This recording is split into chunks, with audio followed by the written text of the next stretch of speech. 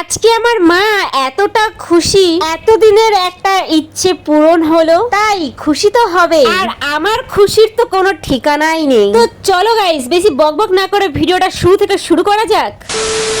Hello viewers, আমার নাম সোনালি, আমি থাকি পানাগড়ে। এতদিনে তোমরা জেনেই গেছো যারা যারা আমার ডেইলি ব্লগ দেখেছো বা দেখছো। এই ভিডিওটা কিন্তু গতকালের মানে 17 তারিখ সন্ধ্যাবেলা থেকে ভিডিওটা স্টার্ট করি। আর এখানে আমি আর বোন করছিলাম গেট রেডি উইথ মি, যেটা এখনো পর্যন্ত তোমাদের সাথে আমি শেয়ার করতে পারিনি, কারণ প্রথমবার এরকম টাইপের ভিডিও করেছি, তাই অনেক কিছু ভুল হয়েছে। জানি না তোমাদের ভালো লাগবে কিনা। আসলে অন্যদেরকে দেখেছি কত সুন্দরভাবে ভিডিও করে, আর আমাদের গেট রেডির ভিডিওটা আমার পার্সোনালি একদমই ভালো লাগে। যাই হোক, সেসব কথা বাদ দাও। সন্ধ্যাবেলায় রেডি হয়ে আমি, বোন, বাবা চলে আসি আমাদের কাকসা হাটতলায় দত্ত জুয়েলার্সে।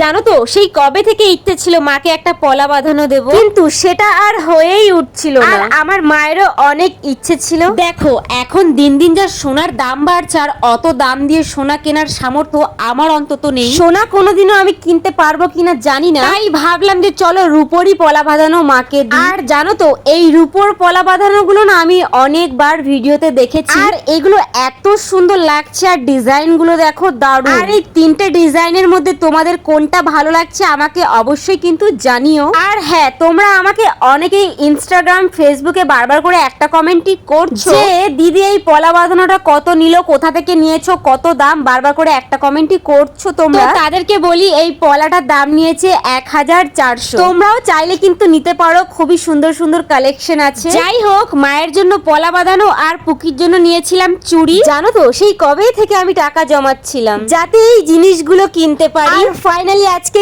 কিনেও ফেললাম। যাই হোক, এখন বাড়ি যাওয়ার পালা, আর বাড়ি গিয়ে মায়ের রিয়াকশন দেখার পালা, কারণ মা তো জানেই না এরকম একটা সারপ্রাইজ মাকে দিতে চলেছি। আমার মনের ভিতরে এত আনন্দ লাগছে, ভাবছি কত খুনে বাড়ি যাব। আর এদিকে আমার মাকে দেখো, প্রথমে তো আমার মা কিছুই বুঝতে পারছিল না যে এটা কি হচ্ছে। তারপরে যেই সারপ্রাইজটা দেখলো, অমনি আমার মায়ের রিয়াকশনটা দেখো। আর জানো তো, আমার মা আমাকে এত বকাবকি করলো, কেন এত টাকা খরচা করতে গেলে, আমার জন্য কি দরকার ছিল। শুধু এই একটাই কথা তার মুখে, আচ্ছা তোমরাই বলো না, বাবা মা তো ছেলে মেয়েদের জন্য কত কিছুই না করে, কিন্তু ছেলে মেয়েদেরও তো একটু দায়িত্ব আছে মা বাবার জন্য কিছু করার। যাই হোক, কেন জানি না মনে হচ্ছে আমি একটু বেশি বলে ফেললাম। তো আজকের ভিডিওটা কেমন লাগলো তোমরা আমাকে অবশ্যই জানিও, আর নেক্সট কি ব্লগ দেখতে চাইছো সেটাও আমাকে জানিও। তো চলো গাইস, আজকের মতন টাটা, দেখা হবে নেক্সট অন্য কোনো ব্লগে।